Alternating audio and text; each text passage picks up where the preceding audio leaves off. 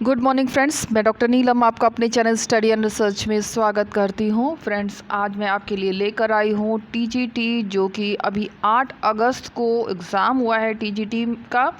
तो social science के अंतर्गत हिस्ट्री का पेपर मैं आपके लिए लेकर आई हूं।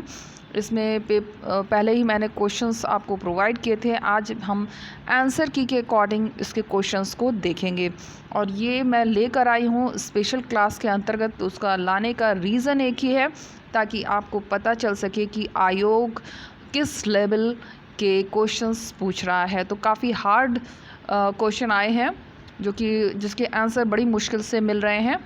तो चलिए देखते हैं किस तरह का एग्ज़ाम हुआ है और क्या रहा है प्रश्नों के जो कठिनता का है वो लेवल।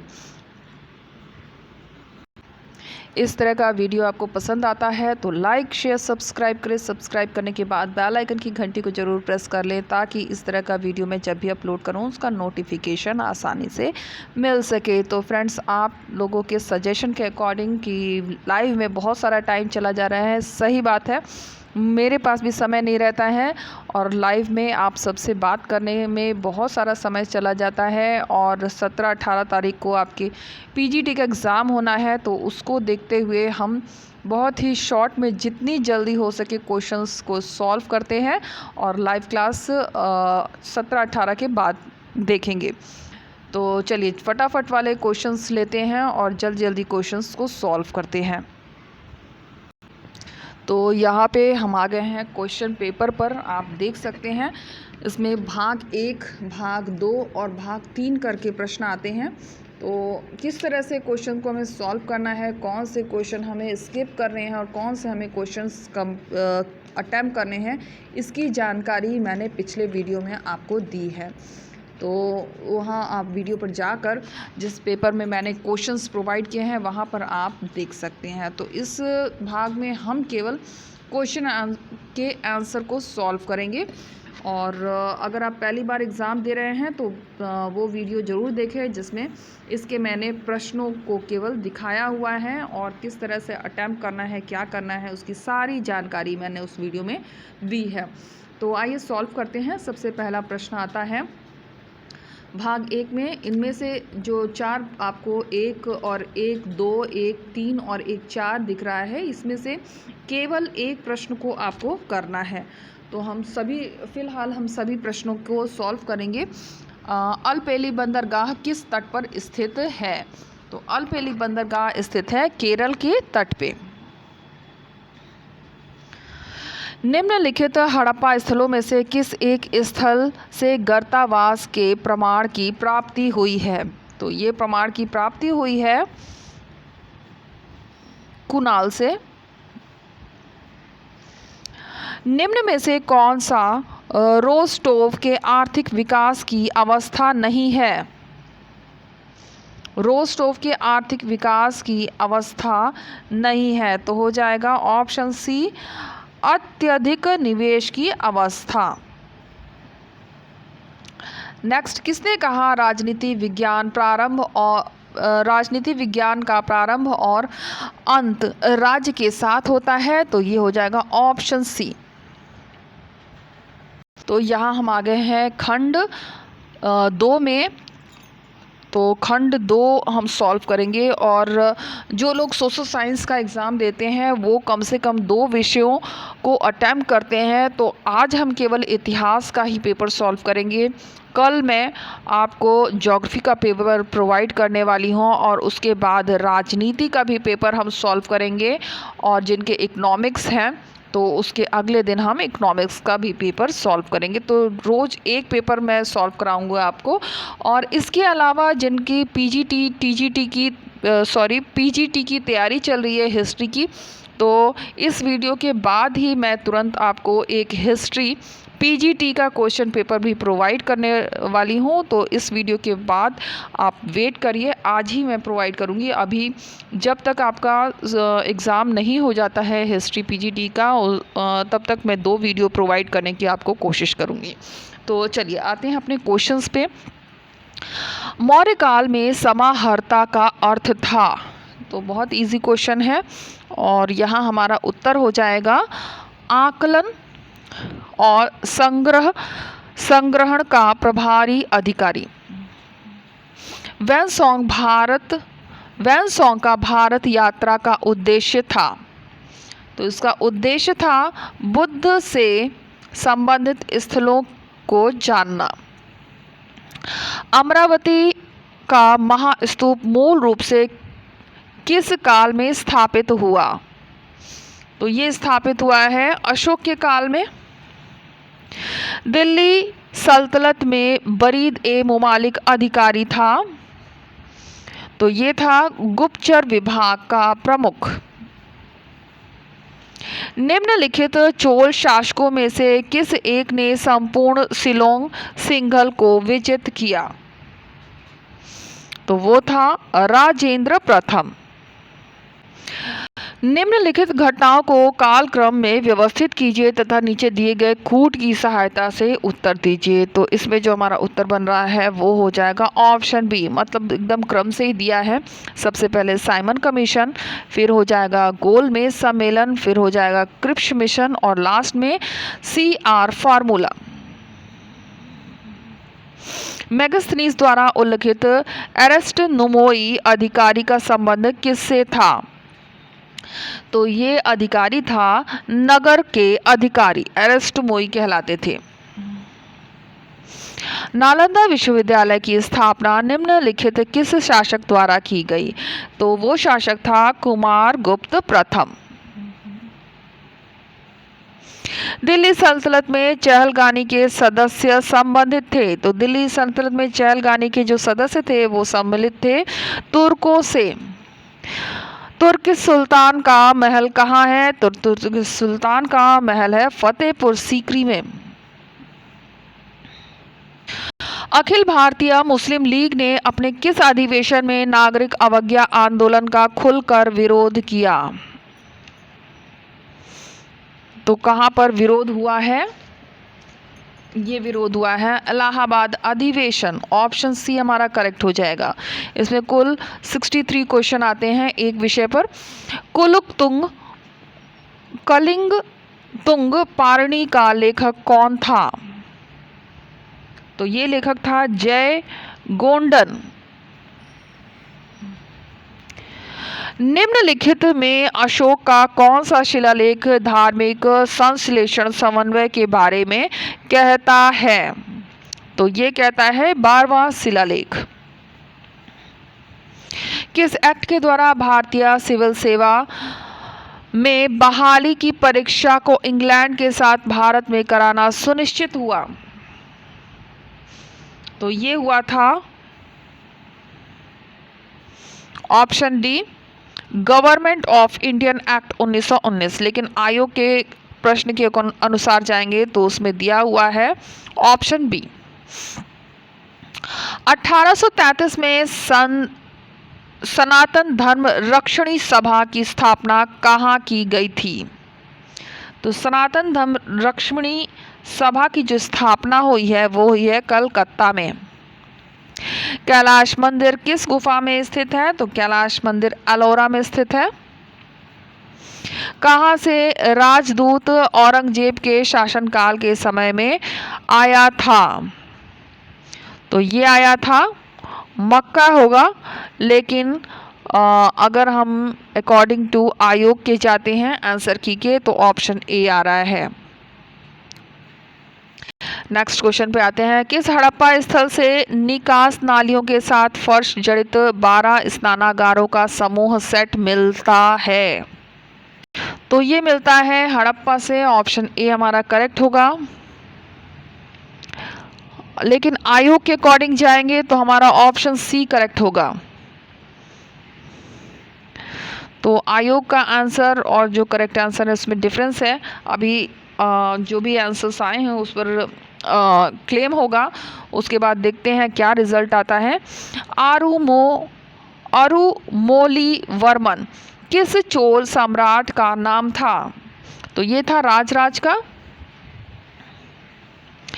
1601 में खान देश पर अकबर की विजय की स्मृति चिन्ह के रूप में कौन सा स्मारक बना? तो वो स्मारक था बुलंद दरवाजा। निम्नलिखित में से कौन सा एक फतेहपुर सीकरी में स्थित नहीं है? फतेहपुर सीकरी में जो स्थित नहीं है वो हो जाएगा मोती मस्जिद। ऋग्वेद में तशर निम्न में से किसके लिए प्रयोग हुआ? तो ये हुआ है बुनकर के लिए, लेकिन आयोग के अकॉर्डिंग जाएंगे तो हमारा ऑप्शन ए करेक्ट होगा। जेम्स मिल की रचना the history of British India का प्रकाशन कब हुआ? यह प्रकाशन हुआ है 1817 में। मंगल पांडे किस विद्रोह से संबंधित था? बैरकपुर। निम्नलिखित में से कौन सा मस्जिद भारत में प्रथम तुर्की मस्जिद था?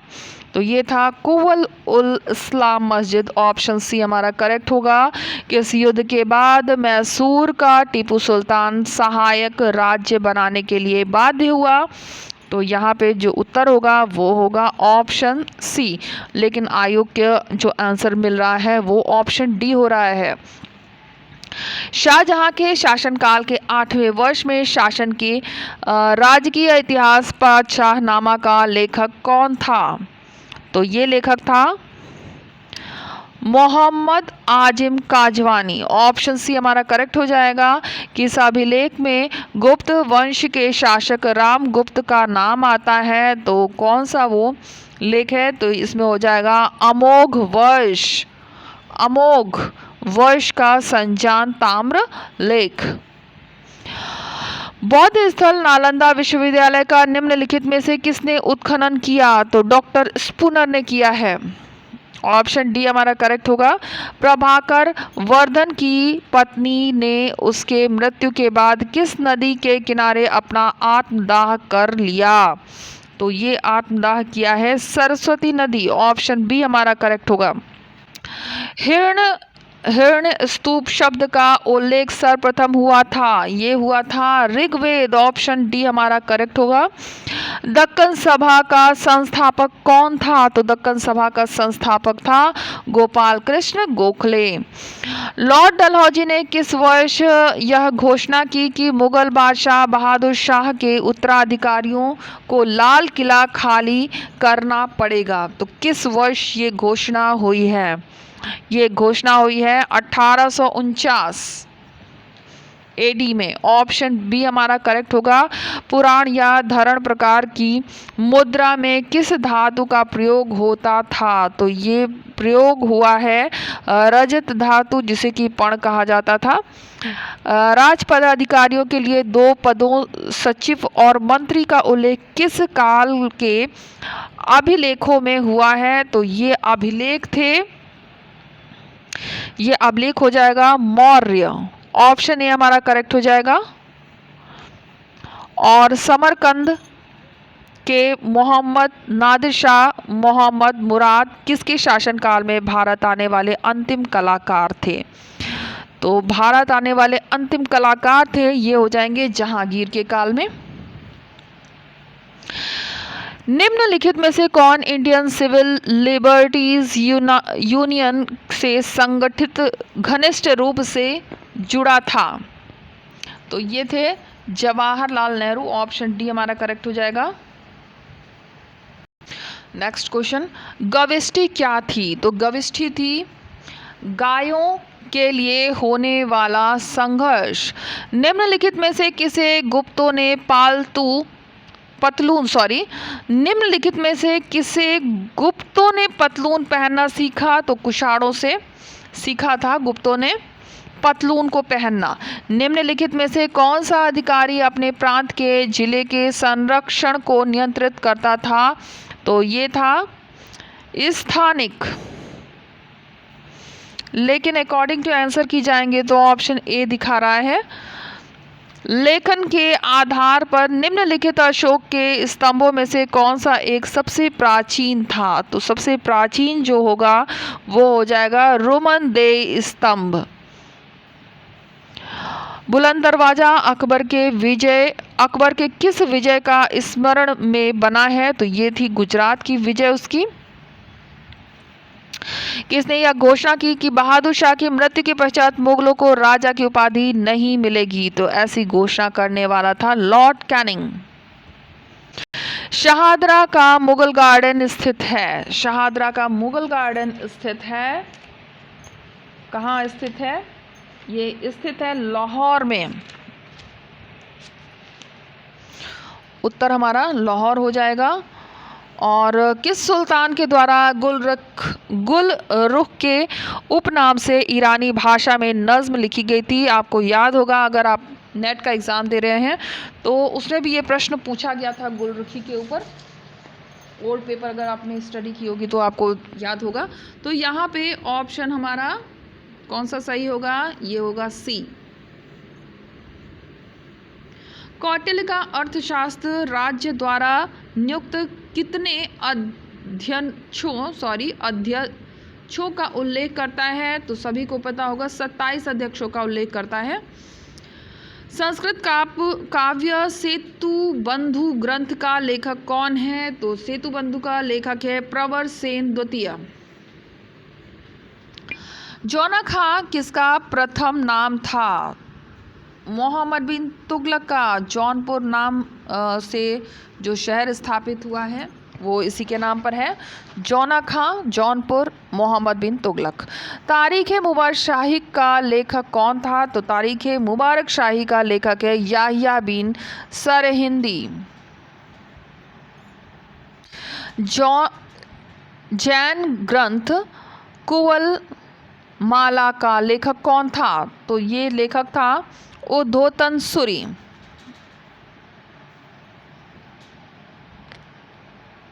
कुवल माला का लेखक था उद्धोतक सूरी।